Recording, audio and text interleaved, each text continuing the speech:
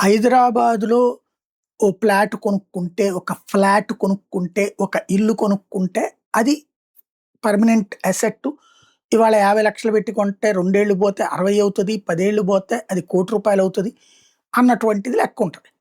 అయితే ఫ్లాట్‌లయితే value down అవుతాయి. House అయితే స్థలం రేటు పెరుగుతానే ఉంటది. ఇంటి కన్‌స్ట్రక్షన్ కాస్ట్‌ని పక్కన పెట్టినా పెరుగుతానే ఉంటది. ఫ్లాట్లు ఖాళీ తీసుకుంటే రేటు పెరిగేదే గాని తగ్గేది గాదు. ఇది హైదరాబాద్. అయితే ఈ మధ్య కాలంలో హైడ్రా ఇంపాక్ట్ కావచ్చు, లేదంటే సాఫ్ట్‌వేర్‌ల దగ్గరన ఉన్నయి అమ్ముకునే పరిస్థితుల్లో ఉండడం, కొనుగోలు చేయలేని పరిస్థితుల్లో జనం ఉండటం వల్ల కావచ్చు, ప్రపంచవ్యాప్త ఆర్థిక సంక్షోభం ఇప్పుడు హౌసింగ్‌ని ఇండియాలో గూడా బాగా దెబ్బతీసింది. బెంగుళూరు తప్ప మిగతా నగరాలన్నిట్లో గూడా హౌసింగ్ పడిపోయిందని హౌసింగ్ రంగం వోళ్ళే చెప్తున్నటువంటిది కావచ్చు. వీటన్నిటి మధ్యన ఆంధ్ర వాళ్ళు అక్కడ పెట్టుబడులు ఆపినటువంటి సందర్భంలో ఇక్కడెక్కడ పెట్టుబడి పెట్టొచ్చంటే అమరావతి లోపల దొరకకపోతే ఇప్పుడు ఆ ఇన్నర్ రింగ్ రోడ్ ఉంది గదా! కాజా నుంచి అటు గన్నవరం వైపుకి వెళ్ళేటటువంటిది.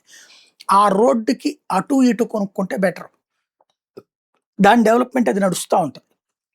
ఇప్పుడు హైదరాబాద్‌లో ఇన్నర్ రింగ్ రోడ్ కట్టినప్పుడు అంతా ఖాళీనే. అటు ఇటు మొదట్లో నేను చూసినప్పుడు అటు ఇటు అంతా చెట్లు ప ఇట్లాగే కనబడాయి. ఇప్పుడు చూస్తే పెద్ద పెద్ద బిల్డింగులు కనబడుతున్నాయి. ఇప్పుడు ఇన్నర్ రింగ్ రోడ్‌లో నుంచి వెళ్తున్నప్పుడు అమరావతిలో కన్‌స్ట్రక్షన్ జరుగుతున్నటువంటి బడా భవనాలు కనబడుతున్నాయి. మనయి అట్లాంటిది వచ్చే రోజు రావచ్చు.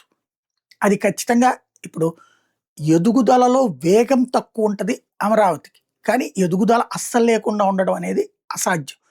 కాబట్టి అయితే భారీ రేట్లు పెట్టి అప్పులు చేసి కొనుక్కోవద్దు. డబ్బులు ఉండి పెట్టుబడి పెట్టగలం అనుకుంటే మాత్రం ఆ రూట్‌లో కొనుక్కోవడం బెటర్.